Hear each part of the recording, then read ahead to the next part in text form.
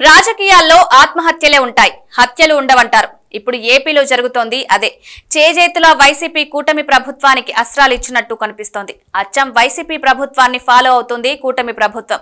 అప్పట్లో జగన్ సర్కార్ అనుసరించిన విధానాలనే కూటమి అనుసరిస్తోంది.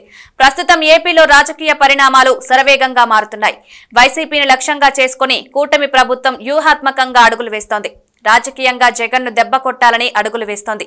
ఇప్పటికే రాష్ట్ర వ్యాప్తంగా వైసీపీ సోషల్ మీడియా కార్యకర్తలపై కేసులు నమోదవుతున్నాయి. అదే స్థాయిలో సైతం అరెస్టులు ప్రారంభమయ్యాయి. మరోవైపు వైసీపీ ప్రభుత్వ హయాంలో నిర్ణయాలపై దృష్టి పెట్టింది ప్రభుత్వం. ముఖ్యంగా భూ లావాదేవీలపై ఫోకస్ పెట్టింది. పూర్తిస్థాయి ఆధారాలు సేకరించే పనిలో నిమగ్నమైంది. ప్రధానంగా వైసీపీ ప్రభుత్వ హయాంలో భారీగా అవినీతి జరిగిందని టీడీపీతో పాటు జనసేన ఆరోపణ చేసిన సంగతి తెలిసిందే.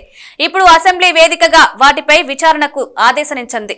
జగన్ హయాంలో రాష్ట్ర వ్యాప్తంగా భూ ఆక్రమణలు జరిగినట్లు కూటమి నేతలు ఆరోపిస్తున్నారు. దీనికి సంబంధించి తాజాగా మంత్రి అనగాని సత్యప్రసాద్ అసెంబ్లీ వేదికగా కీలక ప్రకటన చేశారు. ఏపీ అసెంబ్లీ అసైన్డ్ భూముల వ్యవహారంపై చర్చ జరిగింది. అప్పుడే మంత్రి స్పందించి కీలక వ్యాఖ్యలు చేశారు. రాష్ట్ర వ్యాప్తంగా 25,000 ఎకరాల అసైన్డ్ భూములు గత ప్రభుత్వ హయాంలో చేతులు మారాయని చెప్పుకొచ్చారు. రిజిస్ట్రేషన్లు జరిగాయని వెల్లడించారు.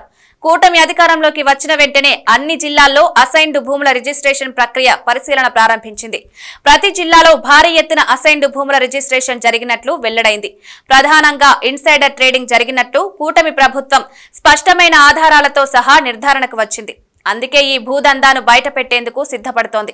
ఇప్పటికే ల్యాండ్ గ్రాబింగ్ యాక్ట్ తేవడానికి అన్ని విధాలా సిద్ధంగా ఉంది కూటమి ప్రభుత్వం. ఈ యాక్ట్ కాని అమల్లోకి వస్తే రాష్ట్ర వ్యాప్తంగా జరిగిన భూదోపిడీ బయటపడే అవకాశాలు స్పష్టంగా కనిపిస్తున్నాయి. జగన్ హయాంలో అమరావతిలో ఇన్సైడర్ ట్రేడింగ్ జరిగిందని ఆరోపించిన సంగతి తెలిసిందే. అప్పట్లో పెద్ద దుమారమే నడిచింది. దీనిపై సిఐడి విచారణ కూడా కొనసాగింది. కొంతమంది మాజీ మంత్రులపై కూడా కేసులు నమోదయ్యాయి.